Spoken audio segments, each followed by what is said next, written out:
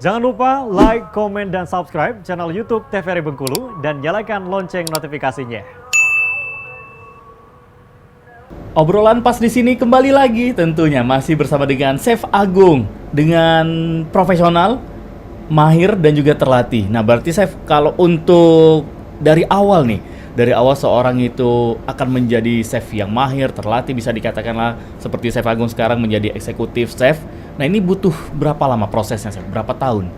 Itu sebenarnya tergantung dari kepribadian masing-masing ya. Jadi memang kita kalau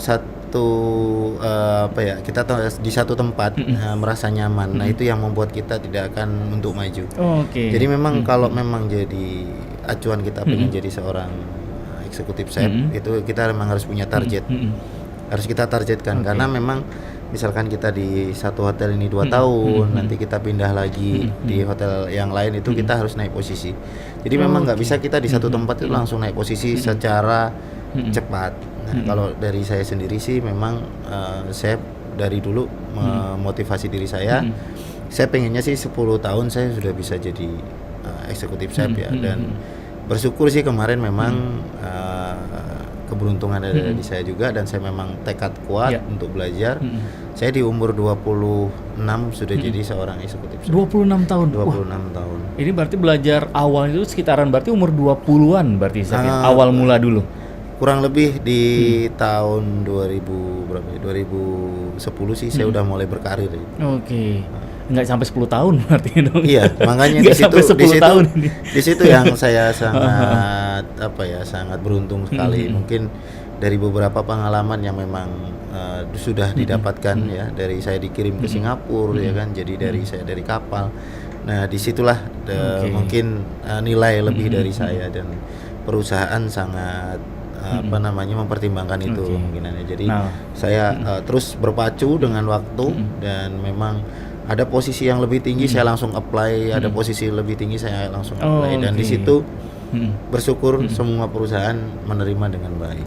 Berarti memang ada tantangan tersendiri, ada challenge juga. Betul. Dan juga yang benar tadi Chef Agung bilang harus keluar dari zona nyaman kita. Iya, betul. Apalagi misalnya kita orang asli Bengkulu nih, sudah kerja di resto di Bengkulu, di hotel Bengkulu misalnya udah 2 tahun, ya mau nggak mau kalau memang mau cepet levelnya naik, harus ambil challenge itu. Betul sekali. Jadi kita jangan nyaman ya di satu tempat.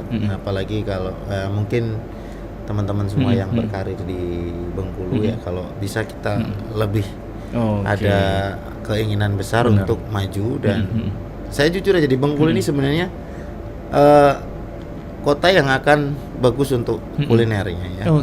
Betul. Karena dari lautnya juga banyak. Iya, kalau untuk bahan-bahan makanan, bahan-bahan saya di Bengkulu komplit, Chef ya. Bahan makanan yang khususnya di laut ya, itu sangat bagus sekali di sini.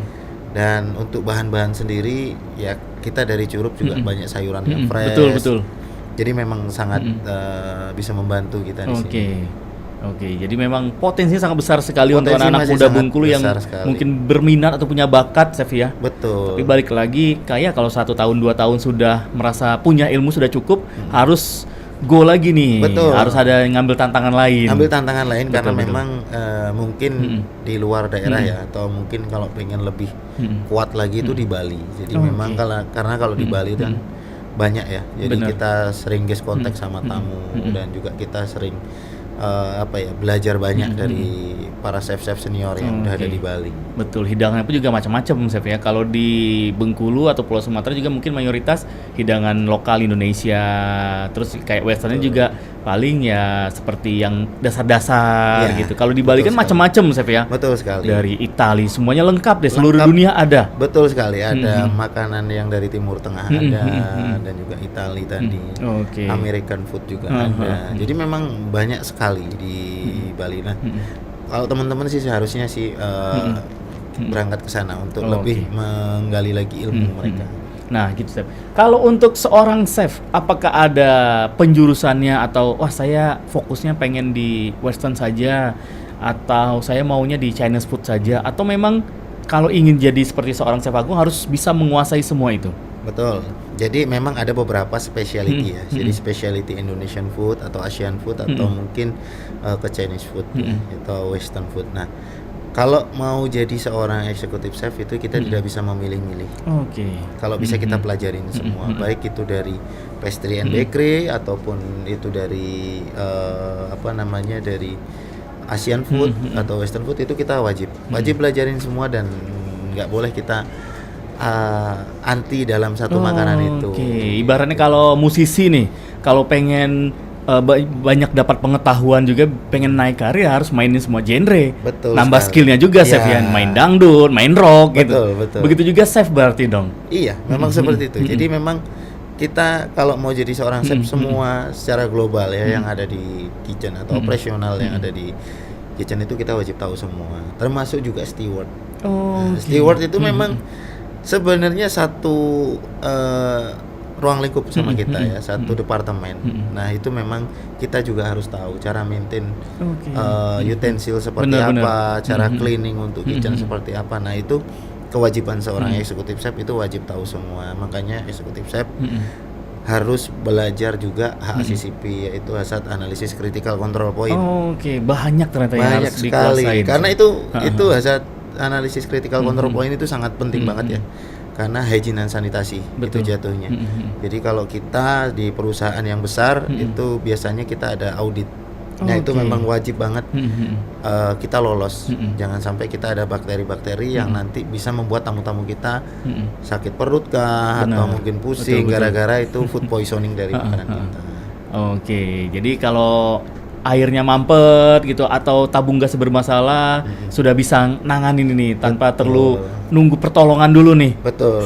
Kita wajib tahu semuanya itu untuk di standar di dapur ya.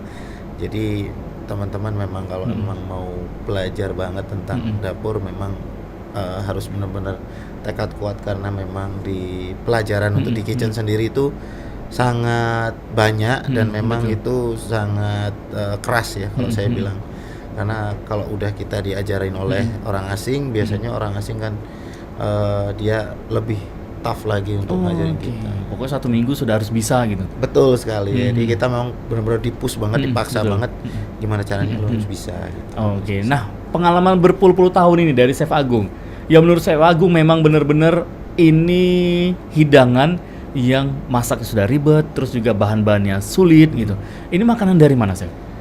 Ada 2 makanan di Indonesia yang menurut saya ya, pribadi itu banyak kaya akan rempah dan memang dia masaknya prosesnya lama gitu ya. Jadi yang pertama pasti Sumatera, yaitu rendang. Rendang itu prosesnya sangat lama dan bumbunya tidak di setiap daerah ada. Jadi nggak setiap daerah ada. Jadi memang kalau menurut saya rendang itu memang wajib ya, wajib banget dari semua makanan. Mau di hotel manapun, kalau mungkin kita sering menginap ya, mau itu di luar negeri atau mau itu kita di Bali, rendang itu pasti ada. Benar. Rendang itu pasti ada. Di hal sederhana aja, dari kondangan aja, mau di daerah manapun, baik itu dia orang Padang atau bukan, pasti ada rendang. Pasti ada rendang. Nah itu pasti ada rendang atau dendeng. Nah benar. Pasti ada.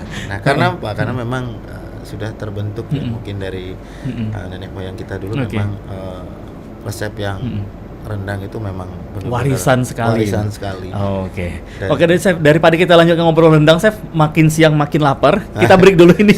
Dan pemirsa Opini, obrolan pas di sini akan kembali lagi, dan tentunya untuk Anda jangan kemana-mana, tetap saksikan Opini.